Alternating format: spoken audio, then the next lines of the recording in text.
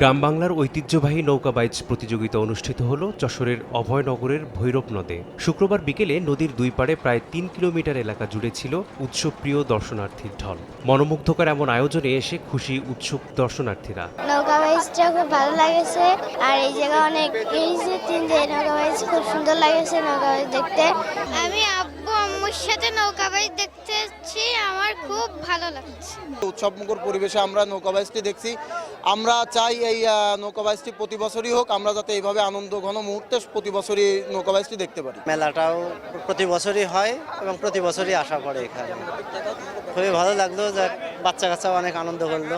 যশোর থেকে আসছি মেলা দেখতে, অনেক ভালো লাগতেছে আর কি। আমাদের এখানে নাকি বিশাল নৌকা বাজ হয়, অনেক লোকজন আসে, সেই উদ্দেশ্যে আমি এখানে আসছি মেলাটা দেখার উদ্দেশ্যে। প্রতিযোগিতায় যশোর, খুলনা, মাগুরা, গোপালগঞ্জ ও ফরিদপুরের ৮টি দল অংশ নেয়। নিখাত বিনোদন আর আনন্দের যোগান দিতে পেরে উচ্ছ্বসিত প্রতিযোগীরাও। আমরা এই জায়গায় 8টা দল অংশগ্রহণ করেছে।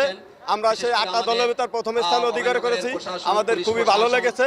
আপনারাও দোয়া করবেন। আমরা প্রতি বছর অভয়নগর অভয়নগর জনগণের আমরা জানি সুন্দর একটা প্রতি বছরের নৌকা বাইচ উপহার দিতে পারি।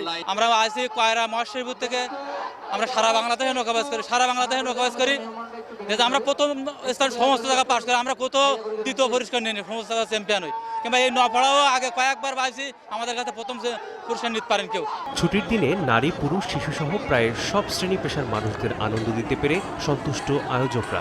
আমাদের এই ঐতিহ্যবাহী এই যে নৌকা বাইচ প্রতিযোগিতা, এখানে অভয়নগর সহ আশপাশের যত অঞ্চলের মানুষ আছে সবাই এখানে স্বতঃস্ফূর্তভাবে অংশগ্রহণ করছে এবং আমাদের আজকের অনুষ্ঠানটা খুবই উৎসবমুখর এবং সুন্দরভাবে সফল হয়েছে আর কি। এই ধরনের আমাদের আয়োজন নিয়মিত আমরা করতে চাই। আশা করি আমরা প্রত্যেক বছর এই ধরনের আয়োজন করব।